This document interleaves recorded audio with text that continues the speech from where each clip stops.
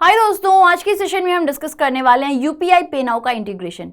क्यों इतना महत्वपूर्ण है आपके एग्जामिनेशन के लिए और क्यों ये बार बार न्यूज़ में पब्लिश हो रहा है अलग अलग आर्टिकल्स में, क्योंकि ये एक्चुअली बहुत बड़ा एक स्टेप है, दोनों कंट्रीज के लिए बहुत फेवरेबल चीज़ की गई है। खैर, मैं हूं सुष्मिता त्रिपाठी, आप सभी की जीए मेंटोर, और आज के सेशन में हम हर एक बात को पॉइंट टू पॉइंट डिस्कस करेंगे।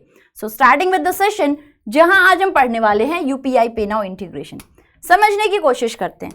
तो जैसे आप यहाँ देख सकते हो कि अभी अभी भारत का यूपीआई और सिंगापुर का पे नाउ, इन दोनों को इंटीग्रेट कर दिया गया है, जिससे जो रेमिटेंसेज इन दोनों कंट्री के बीच के ये आसान हो जाएंगे। रेमिटेंस यानी एक व्यक्ति दूसरे देश में रह रहा है और अपने देश में पैसे भेज रहा है, सिंपल इसको आप लोग रेमिटेंस कहते हो।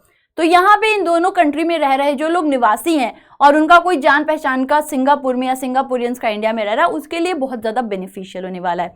खैर, इसकी लॉन्चिंग की गई है, जिस लॉन्चिंग में प्रेजेंट थे प्रधानमंत्री मोदी जी, सिंगापुर के प्रधानमंत्री थे लेसन लोंग। इतना ही नहीं, हमारे देश के आरबीआई के गवर्नर शक्तिकांत दास जी थे और उधर से मॉनेटरी अथॉरिटी ऑफ सिंगापुर के गवर्नर मेनन जी थे। तो इन लोगों के प्रेजेंस में वर्चुअली इस इवेंट को लॉन्च किया गया। बहुत दिन से न्यूज में था कि ऐसा एक इवेंट लॉन्च किया जाएगा, यूपीआई पे नाउ को इंटीग्रेट किया जाएगा। पहली बार ऐसा देखा गया है कि दो देश के बीच में इतना ईजी क्रॉस बॉर्डर पेमेंट किया जाएगा। क्यों इतना इजी है, इसके पहले भी तो हमने पढ़ा है, रुपए का यूज हो रहा है, यूपीआई का, लेकिन ऐसा नहीं हुआ था कि जैसे आप अपने देश में, ठीक है। देखो, सबसे पहले समझिएगा यूपीआई और पे नाउ है क्या। जब मैं आपसे बात करती हूँ यूपीआई की, देखो यहाँ लिखा भी है, इस फैसिलिटी के साथ में जो भी बैंक्स में आपके पैसे हैं, आपके ई वॉलेट में पैसे हैं, वो आप आसानी से अपने देश से बैठे बैठे सिंगापुर के किसी निवासी को ट्रांसफर कर सकते हो, उनकी यूपीआई आईडी, मोबाइल नंबर या उनका वर्चुअल पेमेंट एड्रेस डालकर। ये बहुत बड़ी बात इसलिए है क्योंकि अभी तक जब हम लोगों को दूसरे देश के किसी भी व्यक्ति को पैसे ट्रांसफर करने होते थे तो एलआरएस, ठीक है, रेमिटेंस स्कीम टाइप आती थी, जहां हम जाते थे बैंक, वहां आप जाके तमाम डॉक्यूमेंटेशन करोगे, आप जितना पेमेंट करने वाले हो उसके हिसाब से आपके ऊपर पेमेंट चार्जेस भी पड़ते हैं, तब जाकर के आपकी पेमेंट कंप्लीट होती थी, ठीक है। तो पेमेंट चार्ज एक बहुत बड़ी बात थी जो लोगों के ऊपर बहुत बड़ा बर्डन था। इस मूव के साथ इतना टाइम, इतना चार्ज, इतनी लंबी डॉक्यूमेंटेशन, सारी चीजें खत्म हो गई हैं। तो ये बहुत बेनिफिशियल है भारत और सिंगापुर के लिए। जैसे अभी आप गूगल पे का इस्तेमाल करके अपने वहां से पैसे अपने किसी दोस्त को, अपने किसी भाई को, किसी को भी भेज देते हो, सिमिलरली अब आप इसका इस्तेमाल करके किसी को भी भेज सकते हो जो कि सिंगापुर में रह रहा है, यानी यूपीआई का इस्तेमाल करके आप भेज सकते हो, ठीक है। यूपीआई होता क्या है? यूपीआई अगर मोटी मोटी बात करी जाए, एक तरीके का बैकएंड सर्विस है जिसका इस्तेमाल करके लोग वॉलेट्स वगैरह क्रिएट करते हैं, पेमेंट ऐप्स क्रिएट करते हैं। तो ये तो भारत की बात है। जब इस पे पेमेंट ऐप्स वगैरह हो जाते हैं तो क्या होगा, आपकी यूपीआई आईडी आपको दी जाएगी जब आप वहां पे अपनी आईडी क्रिएट करोगे। अब वहां आप अपनी आईडी डाल सकते हो या नंबर डाल सकते हो या वीपीआई या वर्चुअल पेमेंट एड्रेस, ऐसा कुछ भी डालोगे तो जहां पे आप चाहते हो, जिसका आपने डाला है, वहां तक आप पैसे ट्रांसफर कर सकते हो, ठीक है।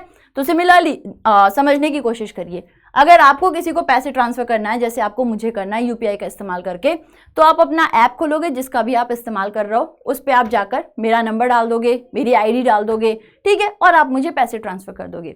सिमिलर अब आप ये कर सकते हो और सिंगापुर में ट्रांसफर कर सकते हो। तो जैसे हमारे वहां यूपीआई है, वैसे ही सिंगापुर में उनका ऐप होता है जिसका नाम होता है पे नाउ। अब ये पे नाउ जो है, ये भी बिल्कुल इसी की तरह काम करता है। पे नाउ की फैसिलिटी थोड़ी और अच्छी है, आप लोग कह सकते हो, क्योंकि उनका अपना एक नेशनल रजिस्ट्रेशन आईडी होता है। जैसे हमारे पास में आधार होता है तो हम आधार नंबर डाल के ट्रांसफर नहीं कर सकते हैं, पर यहाँ पे आप वो आईडी डाल के भी ट्रांसफर कर सकते हो, और ये वहाँ की एनबीएफसीज जो होती हैं उनके लिए भी वर्क करता है।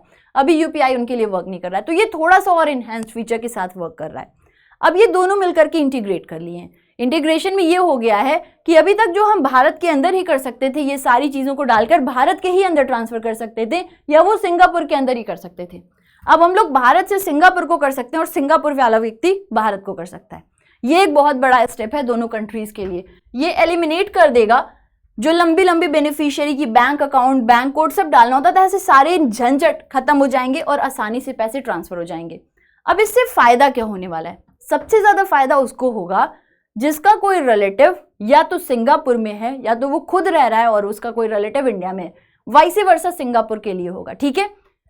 तो वो चीज लिखी हुई है कि ये ग्रेटली बेनिफिट करेगा इंडियन डायस्पोरा की, स्पेशली माइग्रेंट वर्कर्स, जो यहाँ से लोग सिंगापुर जाकर बस गए, उन लोगों को बहुत ज्यादा मदद करने वाला है, ठीक है।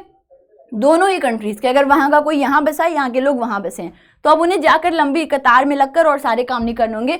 अब आसानी से ये लोग यहाँ पर जाकर के और पैसे ट्रांसफर कर सकेंगे अपने घर पर बैठे बैठे, एक्चुअली, ठीक है। आईडीज डालो, पैसे ट्रांसफर, तो ये बहुत अच्छी चीज होने वाली है। खैर, अच्छा, तो सिंगापुर पे हम इतना फोकस क्यों कर रहे हैं? ठीक है, इसके बहुत सारे रीजंस हैं। जो हमारे मिनिस्ट्री ऑफ एक्सटर्नल अफेयर है, इनकी एक document population of overseas Indian I थी, जिसमें बताया गया था कि 6.5 लाख लोग ऐसे हैं, 6.5 लाख ऐसे भारतीय हैं जो कि एनआरआई या फिर पीआईओ या फिर पर्सन ऑफ इंडियन ओरिजिन के हैं, फिलहाल में ये सिंगापुर में रह रहे हैं। तो आप देखो कितनी ज्यादा इनकी तादाद है, काफी बड़ी तादाद में लोग सिंगापुर में रह रहे हैं। इतना ही नहीं, जो हमें हमारे देश के निवासी दूसरे देश में जाकर पैसे भेज रहे हैं, रेमिटेंस कर रहे हैं, तो जो एक साल में पूरी रेमिटेंस रिसीव हुई है, उसमें से केवल जो सिंगापुर में रह रहे हैं, इन लोगों का कॉन्ट्रीब्यूशन 5.7% का है, जो कि बहुत ही बड़ा है। तो ऑब्वियसली भारत को ये बहुत ज्यादा बेनिफिट करने वाला है। ठीक है, इसके अलावा देखिएगा, इन दोनों सिस्टम की इंटीग्रेशन से एक जो सबसे बड़ी बात ये होगी, वो ये होगी कि जो पेमेंट चार्जेस वगैरह लगते हैं वो 10% तक कम हो जाएंगे, और reducing the cost and efficiency of remittances between Singapore and India, the PayNow UPI linkage will directly benefit individuals and businesses in Singapore and India that greatly rely on this mode of payment। तो इससे जो है इन दोनों देश को बहुत ज़्यादा फायदा होने वाला है, क्योंकि इस मोड के जरिए पैसे आसानी से ट्रांसफर कर सकेंगे, चाहे स्टूडेंट हो, चाहे कोई बिजनेस पर्सन हो, या फिर वो जॉब करता हो। तो ये इस वजह से बहुत हाइप पर है, बहुत न्यूज़ में है, और इतना इसका आप लोग कह सकते हो बार बार इस पर आर्टिकल्स पब्लिश हो रही हैं। क्वेश्चंस बहुत सारे बन सकते हैं, क्वेश्चंस आपसे यूपीआई के ऊपर बन सकते हैं, पेनाउ से रिलेटेड पूछे जा सकते हैं, कौन कौन से देश ने किया। इतना ही नहीं, आप लोगों से पॉपुलेशन रिलेटेड क्वेश्चन पूछे जा सकते हैं, ये पॉपुलेशन डॉक्यूमेंट किसने रिलीज किया था, सिंगापुर का कितना कंट्रीब्यूशन है रेमिटेंसेस के अंदर, ऐसे भी क्वेश्चंस बन सकते हैं आप लोगों से। तो कुछ इस तरीके से क्वेश्चंस हैं जो आपके एग्जाम में फ्रेम किए जा सकते हैं। आई होप आपको ये सेशन अच्छा लगा हो, आपको बेनिफिशियल लगा हो। अगर अच्छा लगा हो तो प्लीज़ कमेंट करके बताइएगा कैसा लगा है। फिर हम मिलेंगे ऐसे ही और इम्पॉर्टेंट और क्रिस्प बातों के साथ। तब तक के लिए घर पे रहो, स्वस्थ रहो, मस्त रहो। एंड अगर आपको और भी न्यूज़ को डिटेल में पढ़ना है तो आप मुझे मेरी करंट अफेयर्स की सेशन रात 9 बजे बैंकिंग वाला यूट्यूब पर ज्वाइन कर सकते हो। बाय एवरीवन, जय हिंद, जय Bharat, God bless you, love you, bye.